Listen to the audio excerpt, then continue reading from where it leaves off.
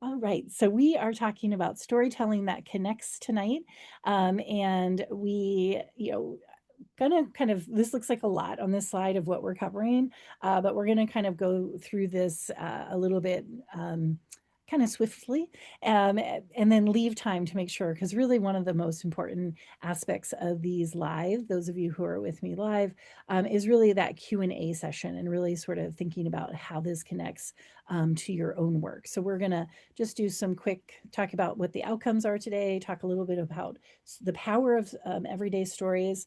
I'm going to share my process of how I develop a story bank. Like, how do I keep my stories organized, and like what my process is for that, and kind of inviting you to come up with a process that works for you. And I have a activity that we might do, or we might skip over that so we have a little bit more time for Q&A. We'll see. And then talking about what are our next steps. So welcome. Today our focus is really to look at what is recognizing the power of everyday stories. I think as educators, there's so much that happens in the span of just a single day. It's really hard to really always process all of it, but the capturing some of those stories are really important when we are thinking about writing for other educators, and when we're thinking about writing articles or writing books or writing resources for other educators. And so we're going to focus on the idea of a story bank, a tool that you'll actually use in your writing. And then also just talking a little bit again about building confidence in your authentic voice. I think sometimes people get worried about, do I know enough? Am I, it's sort of like that imposter syndrome, and also just finding your voice. And so we'll chat a little bit about that, and then wrap up with talking about finding your own personal flow routine so that writing becomes a natural and actually joyful part, of your week. And there are times, of the year, or times, busy seasons of our lives where, writing on a daily basis is mission impossible. But even if we're writing on a weekly basis, and even if it's a short period of time, in our first session that we did in this series, um, it really, we talked about writing, giving ourselves a writing goal. And so even if that writing goal was just to, once a week for a certain chunk of time, for, even if it's 10 minutes, it can really add up. And so, thinking about how do you find your own personal flow. So in the chat, those of you who are here live, in one word in the chat, so try to boil it down to one. And yes, you can use a hyphen if you really need to have two. What, how do you want your writing to feel this month? Okay. So sometimes we get into that process of like productivity, and we have like, writing a certain number of minutes, or writing a certain number of words each week, and it can feel hard and laborsome. So I want to kind of shift our thinking a little bit. And how do you want your writing to feel this month? What would describe that for you? I'm just going to give you a moment to do that. And you're looking at the tree right outside of my own preschool classroom. I still teach part-time in a public school, and this is the beautiful maple tree right outside of my classroom, and it's gorgeous.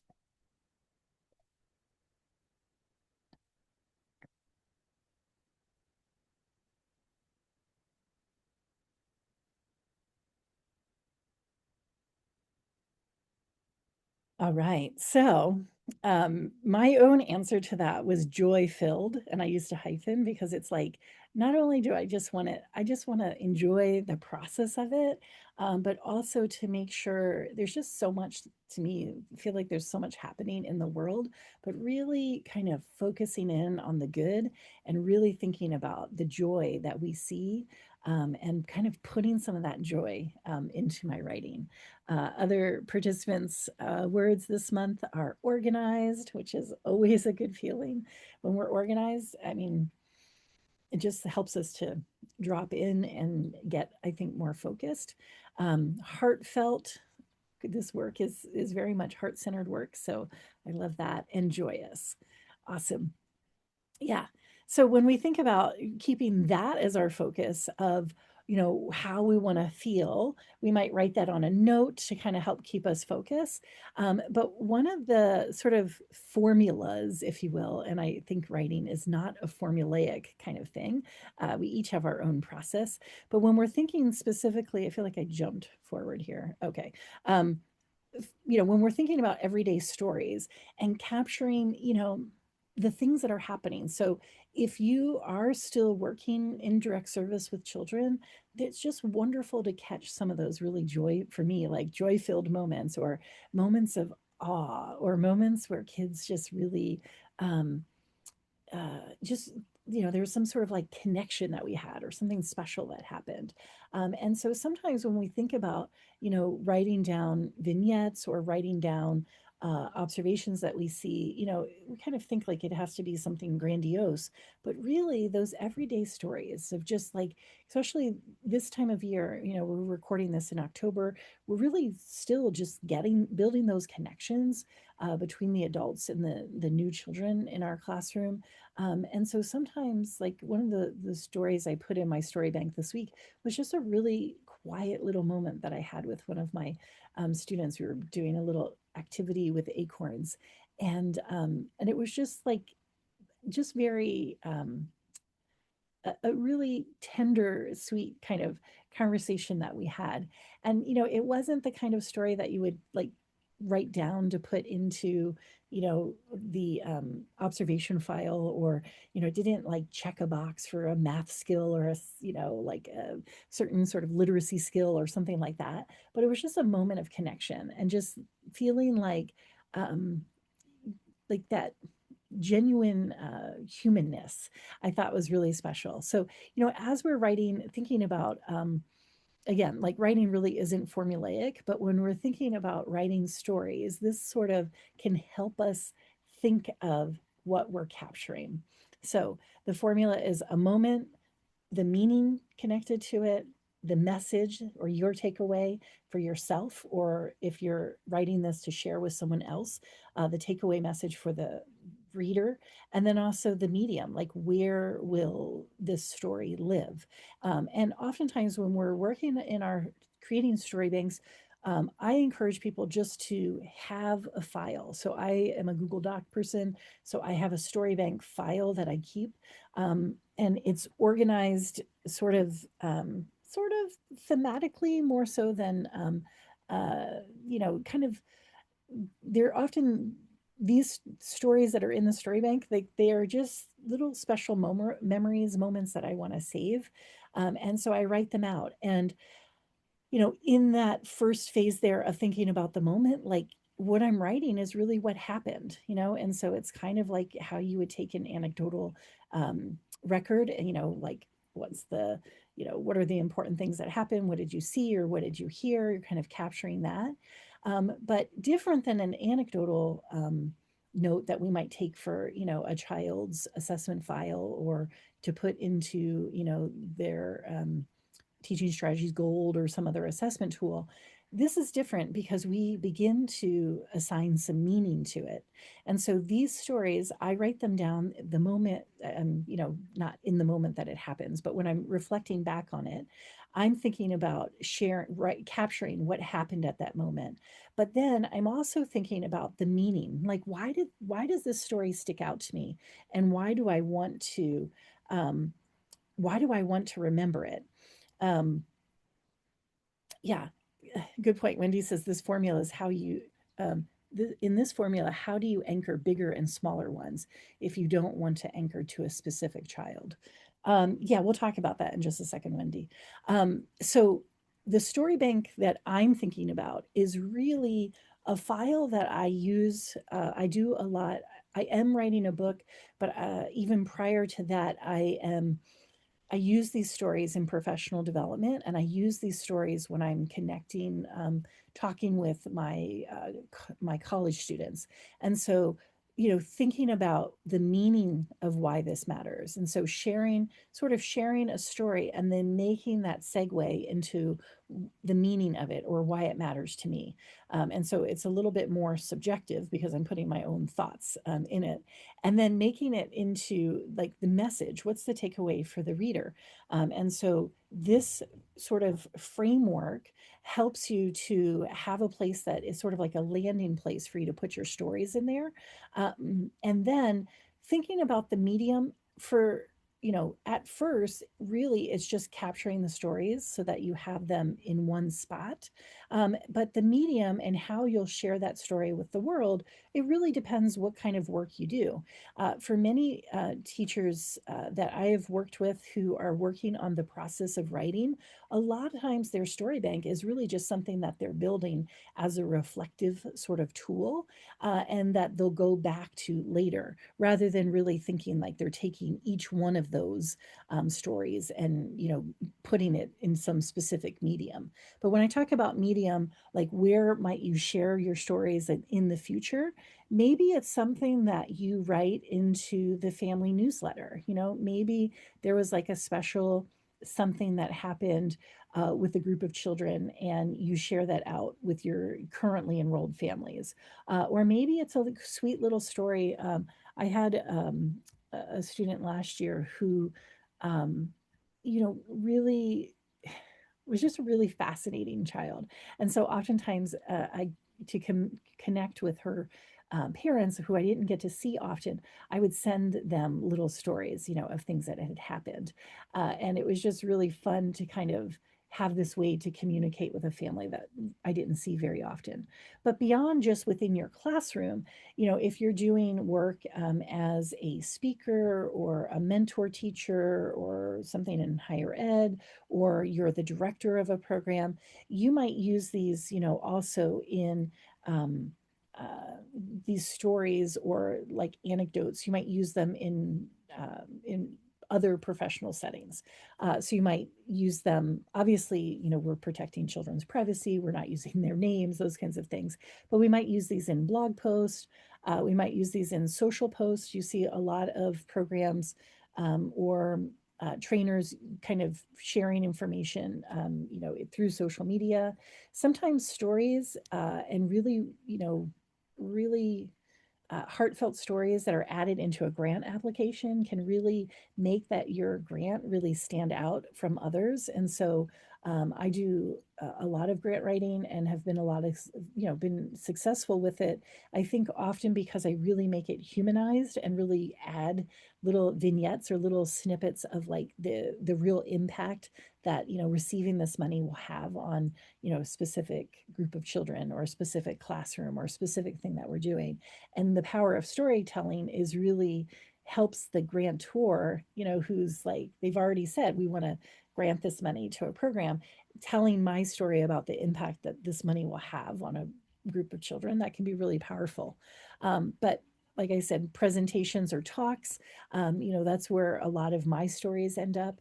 I know that I've been doing professional development for a lot of years, and often my stories of my flops, like things that went, miserably wrong, like when I learned, that we don't leave, a gallon of paint open by the sink. Like the story about that is really humorous, and it's kind of like it helps you to connect.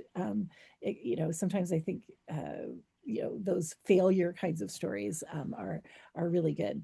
Um, Here in Vermont, we've done a lot of work with the legislature and having to provide legislative testimony, specifically in the area of um, professionalizing the field and the challenges of if our childcare staff aren't have a livable wage, what kind of impact does that have on them? And so childcare staff that have gotten up and share like they're on, they need food stamps and they're on Medicaid and they aren't able to, they're living paycheck to paycheck. Those kinds of very personalized stories, this is what the legislators want to hear, to hear the real impact of it. And so that the power of storytelling in that is really, it really helps others to see the lived experiences that folks are having. And so that's something that, you know, um, we don't need a professional speaker to go up and do that at our, in our state legislatures. But it's not about having a paid lobbyist who's like a professional speaker, but rather like those real lived human stories. And so that's another aspect of this storytelling. But maybe, school boards, or going to the parent teacher organization, or maybe you're writing a story about you're seeking a donor, or get looking for partnerships to help, improve your outdoor classroom. Like being able to share a story about how, you know, the lack of materials, or the, really small square footage that we have, and, the need, how beneficial this would be for kids, like that tells a really powerful story. Or even doing, press releases, like or op-ed kinds of pieces. Those are the ways that we have, over the last couple of decades, really, I think, have really let others understand the importance of early childhood education. And so thinking about how we take those stories and we share them with others who are at tables that are making decisions about our work is really important, as well as being able to feel confident to speak to those, to speak to a wider audience beyond just within our classroom. And then, of course, last time we had one of our attendees, she was working on a children's book. And so we can also take a little vignette or a little story from our classroom and make that into a children's book, right? And so we see, I see the lack of certain books, like there's certain topics that we're like, gosh, we really need to be able to talk about this. What kinds of books exist? What, and when we go to look at children's books, wow, there's like so many more books available, and really high quality stories that really help illustrate points that we want to make. But when when we're thinking about professional writing that we might do, writing children's stories for things, for areas where there's gaps, I think can be really powerful. And then even doing, in classroom storytelling, like with puppet shows. And children are our audience, but we can work through some big things, as far as things that are happening in our classroom. We can form them into stories or class books, and we could go on, but you kind of get the idea. But with getting started on a story bank, now you could, like Wendy's question was asking about anchoring into a specific child. So we certainly could have, and I do have, you know, anecdotal records that I'm keeping on specific children, that's organized by, more for, to see growth over time, and that specific child development kinds of goals that are being met for individual children. That's something that I do. But this story bank idea is more of sort of like, those memories that we want to capture and that we want to keep. And so we're really doing both. So when I talk about a story bank, what I'm really thinking about is this living collection of ideas or moments, quotes. It could be photos, or anecdotes that we've written down. A story bank, I still think back. I started teaching in early 2000, and I still think about some of those kids, and just there's certain things that kind of stand out. And so to me, it's kind of like those memories that we hold in our brain, getting those down, capturing them. So how do we capture them? Sometimes it's in the moment, like sometimes when there's like particularly like really funny things, or like things that you want to, really capture word for word what a child said in the moment, taking a quick note, on a sticky note and keeping that. Some people who are a little bit more digital, they have a voice memo or a notes app. So they just, click the microphone button and they talk in there and they record it. I work with, I used to work with a younger teacher who was interning in my classroom, and she constantly was like, she'd click on her, and she'd hold the phone flat and she would talk into it, to the point where the kids started to, in the kitchen area, they would click and they would talk into the phone, mimicking her. So for me in my classroom, I keep it really low tech. So that's not something I use as much, but just having a system. And really having a notebook works just as well too. And so in the moment, we're not trying to capture all the details of it, but just writing ourselves little notes that we can kind of help remember. So how do you organize? You want to keep it simple. For me, with the Google Doc, I have, my story bank file, um, uh, this idea of having a pensive, which is, if you're a Harry Potter fan, it's when Dumbledore, he takes the wand and he takes this like his random thoughts out of his brain and he puts them down into this bowl. Well, it's kind of that, but it's in a in a document or Word document or a Google Doc or something like that, some sort of notes file. Or if you prefer in an analog, like just a traditional pen and paper notebook, that works as well. But I think as we start to we're doing, most of us have numerous hats. And so we have information coming at us from lots of different directions. Having some sort of system where you feel organized so that when you want to kind of remember some of the details of that. And so, especially with, you know, um, I know with public speaking and having like more like a keynote speech that you're giving to a larger group of people, kind of having some of these stories, I think really it differentiates speakers. So, when you're at an event and there's a keynote speaker, the ones that I feel most, connected to, or it's it's not someone who's getting up and droning on about a whole bunch of statistics and facts and quotes, but it's really, to me, the people that the keynote speakers that I connect mostly with is really that humanness and the stories.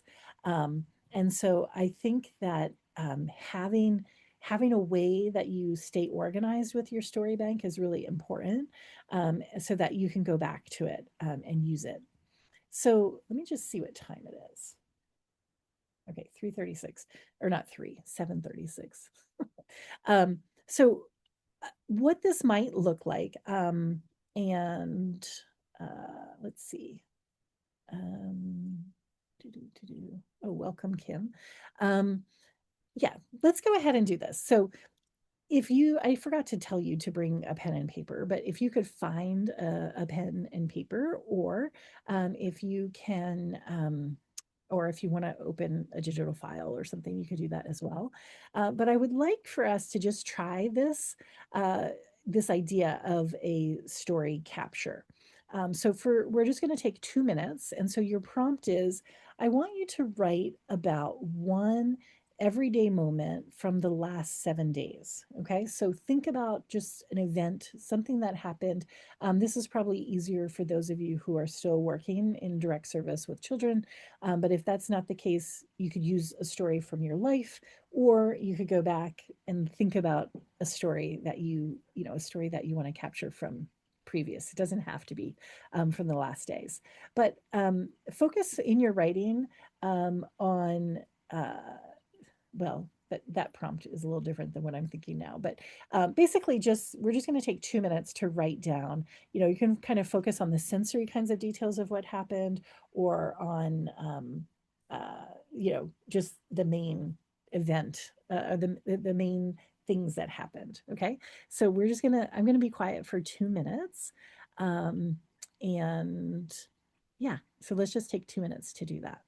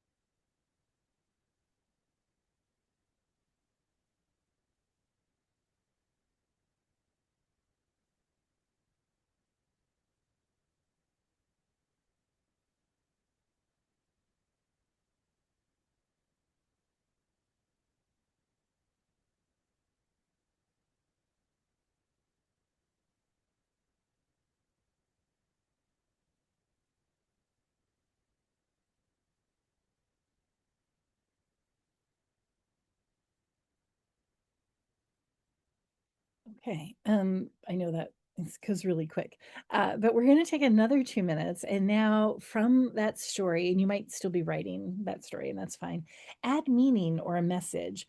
Why does this moment matter, or what's the takeaway? So, if you were going to use this in a writing piece, what's the takeaway for your reader?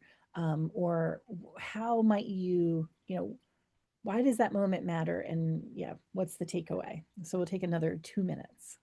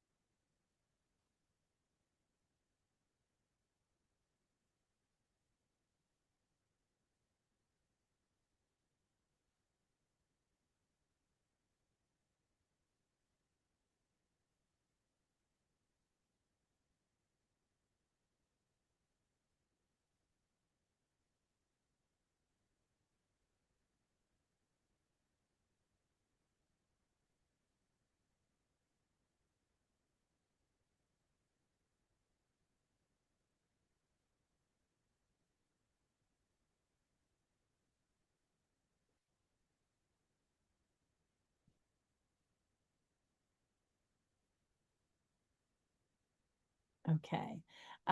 So just hold on to those notes for a minute, and we're not necessarily going to share them all out. But I just want to um, say, like, even just in a few minutes, so we just took like 4 minutes, 4-ish minutes, to write that down.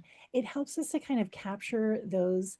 And so you could see how this idea of kind of building a story bank um, helps get some of these thoughts and ideas in our brains and getting them down onto paper. I want to cover one more thing before we go into the Q&A, and I do want to leave, at least 10 minutes for the Q&A, so I just want to hop right into this. So thinking about your own flow routine of writing, we talked more about this in our first session last month, but really thinking about setting yourself some goals so that you're writing on a regular basis. And there are just times when it's hard to do that, but even setting aside, like once a week for 15 minutes, or 5 minutes a day, or 5 minutes every other day, or something. Setting a goal, I think, really kind of helps you. And that time that you're setting aside is kind of scheduled into your week, and so it's just a part of what you do. Just as you wouldn't like skip brushing your teeth, let's not skip a little writing block for ourselves. So what kinds of routines? So this is something that someone had shared with me, this idea of having um, sort of these 5 words: a cue, a container, a constraints, a cadence, and a companion. And so the cue is like a small ritual that starts your session. And so, what your writing sessions can be short, but what kind of helps you mark that this is going to be your writing time. So for some people, that's like sitting in a particular chair or in a particular room or a particular, kind of sort of setting the cue of when that would be. When I'm, I put this photo here because one of my things is I love to have tea, or drinks, depending on if it's not, if it's cool weather, it's hot tea, and if it's not, if it's cold weather. Sorry, if it's hot weather, then it's cooler drinks, whatever. But kind of just sort of like setting the the cue for yourself that it's time to write. And then having a container, this is that kind of goal setting, like a realistic time window, 10 to 20 minutes. For me, because I'm really in a season of writing, it's important for me to find like 2 hour chunks of time. And I'm not writing the whole solid 2 hour block. I do get up and move around things, but kind of having these larger chunks of time, of sort of setting that container is really important, because when I get into the process of writing, it's like I need to sort of be able to tune out the rest of the world. But having that container, what's a realistic amount of time for you? The constraint is, sometimes when we're sitting down, like having either that you're just working on one particular prompt or one story only, or you're going to focus. For me, like, when I sit down to write, like I know, like today was a writing day for me. So I knew exactly what I needed to focus on. And the constraint for me was to like not go down a rabbit hole and go researching 10 other things. Close out all of those other tabs. So my distraction, there's not digital distractions there, because I am writing on a computer. And really the constraint for me was working on one particular topic or one particular chapter. So the constraint that you have, hold yourself. Constraint kind of sounds like a strong words, but that's kind of like that accountability to yourself. What is it that you're going to work on? And then the cadence. What is the frequency that it's going to happen, or when does it happen each week? So if you're setting yourself a once a month goal, last for the group that when we met last month, most people set a once a week goal, and so that's a really great starting point. And then if you're successful with that, like, can you expand the amount of time? Can you set yourself 2 days a week of a goal or something, like finding a cadence, that works for you.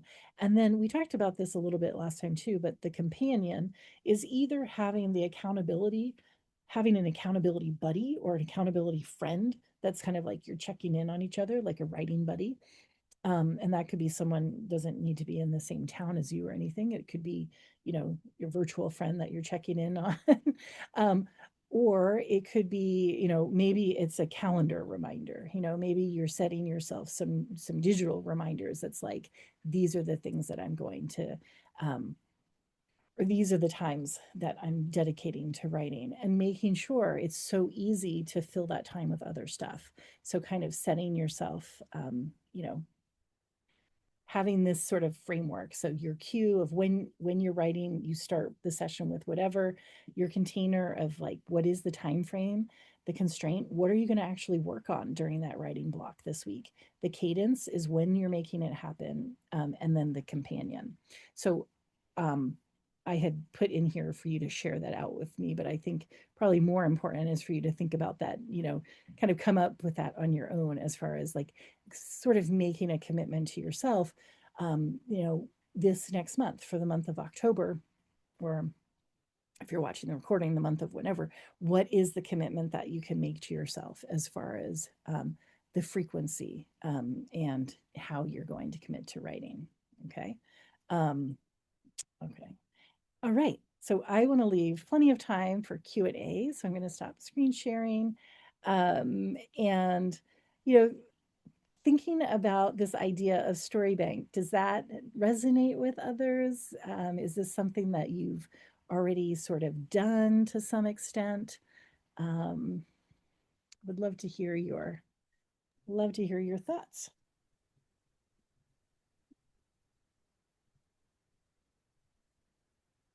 I have started working on one with like a file, a paper and pen because I Okay. like Yeah. that. Yeah. And each thought I have, I scribbled on the card and I put it in the box. And so I had a method going for like a day. Now Yeah. I have a whole bunch of cards I need to go back in and put them in. What category do I think this actually goes to? And of course, like everything else, there's never just one category it Oh, could go absolutely. in. Yeah. So yeah, I need to fine tune that a little bit. Yeah, but index cards work really well. I have these uh like these little files, like Mm, these little plastic things, and those I like index cards used to like, I mean, I feel like I've kind of gotten a little bit away from them. But having some handwritten notes like that that you can go back to, like this to me is like the post-it note kind of thing, yeah. and then with these, what you could do too is when, obviously you're right, like stories connect to lots of different places. But you could use these and do almost like on a table, like sort them, and kind of Mm, mhm. group those, group them sort of like that way. Yeah, but you're right. It's kind of like I feel like you're always tinkering towards the system to figure out what works. Yeah. Um, I do love for ideation and kind of coming up with ideas. Not necessarily story bank, but like thinking about like a topic or thinking about like a bigger project and how you're going to break it out. One of the techniques that I've used for that is using a trifold board, like the science fair Oh, yeah. boards, and then um having your sticky notes and just brainstorming and kind of, and I've done this as a group process too with some with a group of women in my community here. And it's fun. We did it last, probably around this time last year. And we were kind of all working on like content. They weren't all educators. We were in different fields, but all were working on professional writing. And so we did this sort of like brainstorm and sort of brain dump on our own, and we organized the sticky notes, and then onto these trifold boards. Then we Okay. said, we presented it, and it was just like it was really neat because uh, some what they were sharing with me were topics that I don't really know anything about. So I was like asking, like, well, you know, asking questions, and they were like, they weren't questions that they would have thought of, and so kind of Mhm. having sort of a brainstorming session with it as well, Mm. could be fun. Yeah, that's a very good idea. Yeah. Yeah. Yeah. And I think there is something special too, I think, about writing with other people. And you look at writing retreats and you're like, oh my gosh, they are so so expensive. But even just having a friend that you get together with and do like a mini retreat or something. Mm. Um, Wendy, what do you think of the story bank idea? Is that something that resonates, or you're doing something similar, a little different? Well, how do I say this? This was really interesting for me to do because I'm thinking in such big, you know, 12, chapters and trying to figure everything in there and then to pull back. And a lot of my writing is about my grandchildren Yeah. because when COVID came, my husband and I literally made a little school in our house. My son and his wife had not been very good together, and we just took over for 2 years. Wow. And then all these other things happened out of that. But so doing this was so it was sort of small, and it kind of made me even see the kids a different Mm. way, Mhm. because we kind of get into a routine. And Yeah. then but in this thing that we just did, I realized there were so much more things that happened, and that just even in that small, Yeah. so that was great. And if you think about like, in this age that we're in with like AI generative text, and how more of that is going to move into people's book writing and stuff, it's like the humanness, we want to protect that, right? And so I think like these little stories kind of help. It's like more personal and more human. Well, I mean, I have my stories, if you know Yeah. what I mean. Yeah, It's yeah, like I know what my little stories are, but this was yeah, like it came out of nowhere. So I think it will be really a good thing to kind of branch things out a little bit yeah. more. Yeah. Awesome. I love that. Great. Christine, how did that land for you?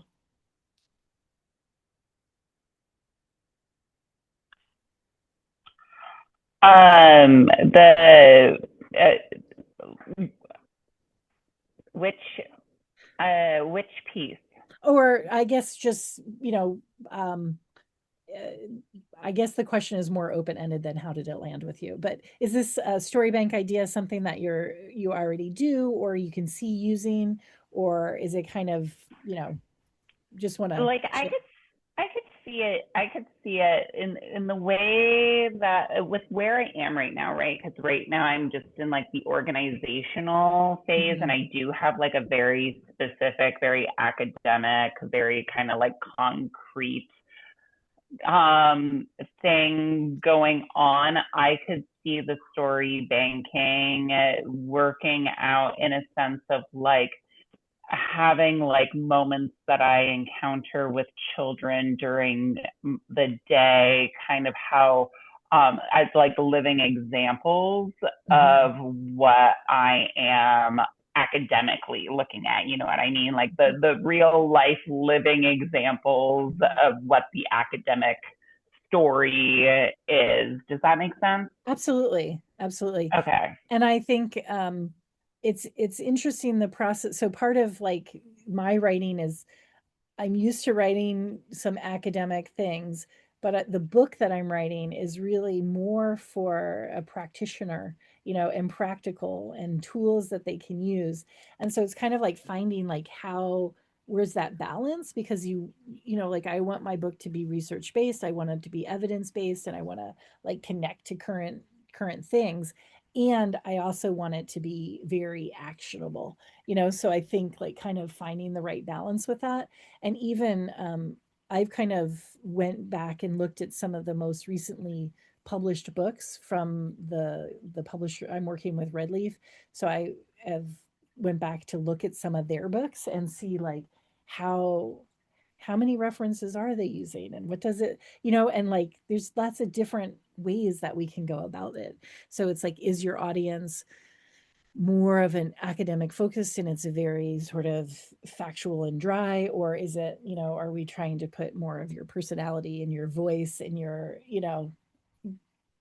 like story centered kinds of things, like, so kind of thinking about those, like you said, living examples of like, okay, this is what we're talking about and here it is in practice. Yeah, it's kind of like finding the balance with that. So, yeah, so on tap, to talk about next time was really the idea of like, what I had written down was from idea to outline. So thinking about how you organize your thoughts into a clear and purposeful structure. Like, how do you take all of that stuff and then develop an outline? And so that really, you know, it's sort of like a nuts and bolts thing, like figuring out, and then also one of the constraints that I'm finding to be the hardest is actually writing less, trying to keep my word count smaller. I feel like a lot of my college students, it's like, they're like, how many words is it? And they just feel like it's so much. And it's like, no, my challenge is like boiling it down. And, and so I think that, or I say brevity is not my strong suit, because I'm just like, blah, blah, blah, blah, blah, blah. Um, other thoughts or things that you feel like, you know, supports you need, or things that are on your mind of sort of next steps for yourself?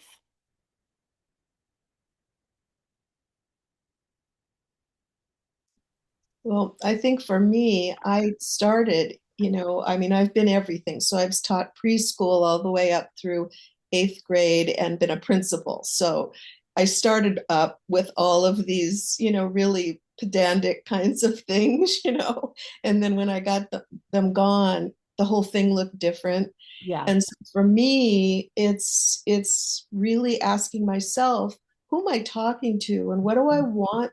who are these people that I really feel so passionate about, because I care so much and I've seen so much of bad things happening in schools, way too many. And I have a lot of these fun little stories that kind of shows what it can be if you want to be part of it. And I don't really think it has anything to do with being a parent or a teacher or somebody else. I think if we're all in concert as people who are with children, that's what I really want this to be about. And it's really hard to stay focused in that place, because then I find this great quote and all that kind of stuff. But this, like, even this little thing that you had us do, I mean, this is like something I wouldn't have thought of. So this is great. I love it. Good. Yay. So good. Awesome. I'm glad it's useful for you.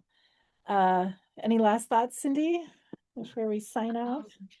Actually, for just an hour, I've already kind of got my mind back going again and kind of thinking about how to get back into it. And really, it's kind of building on what Wendy said, is there's all these experiences, and now exactly honing it into what exactly it is that my purpose is and who is it for, and just how to get going. Take my box of ideas and create something that somebody would like to read. Yeah.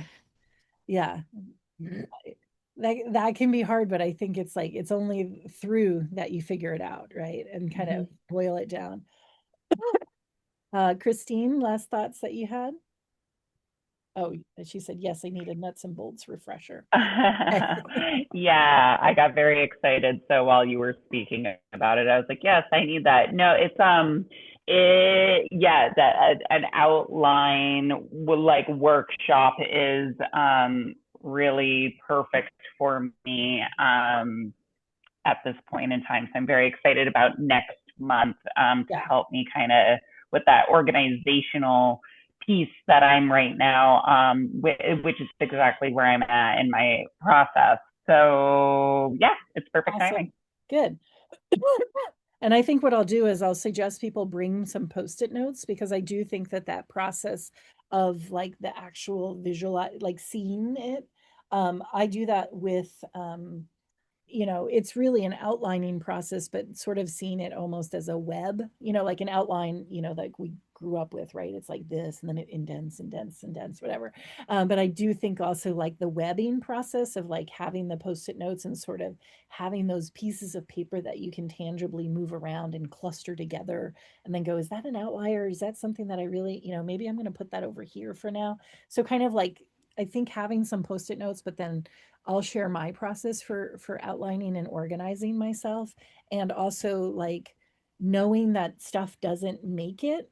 What do I do with that stuff that doesn't make it? Like I've got, I basically have, I call them my trims. And so like the things that don't fit in the book because I'm out of words and I just can't cover that, I put it in the same, it's like the same title, but I put a file and it's called, like that same title, but trims for that chapter, because I feel like it is, when you're in that generative process, you're like, okay, this isn't going to fit in my writing now, but this, I feel like this would be perfect information if I took that chapter and made it into a workshop or a training or something, so I'm going to kind of share sort of my process around that.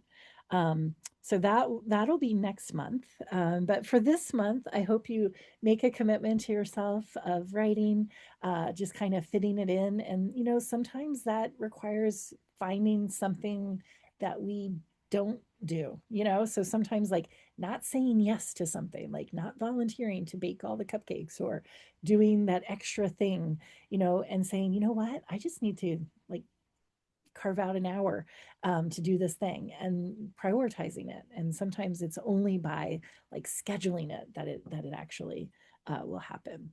So thank you so much for being here, and I look forward to doing the next step with you all. But have a great month, and we'll chat more sometime soon. Thanks, April. It was nice to see all of you. Nice to see you.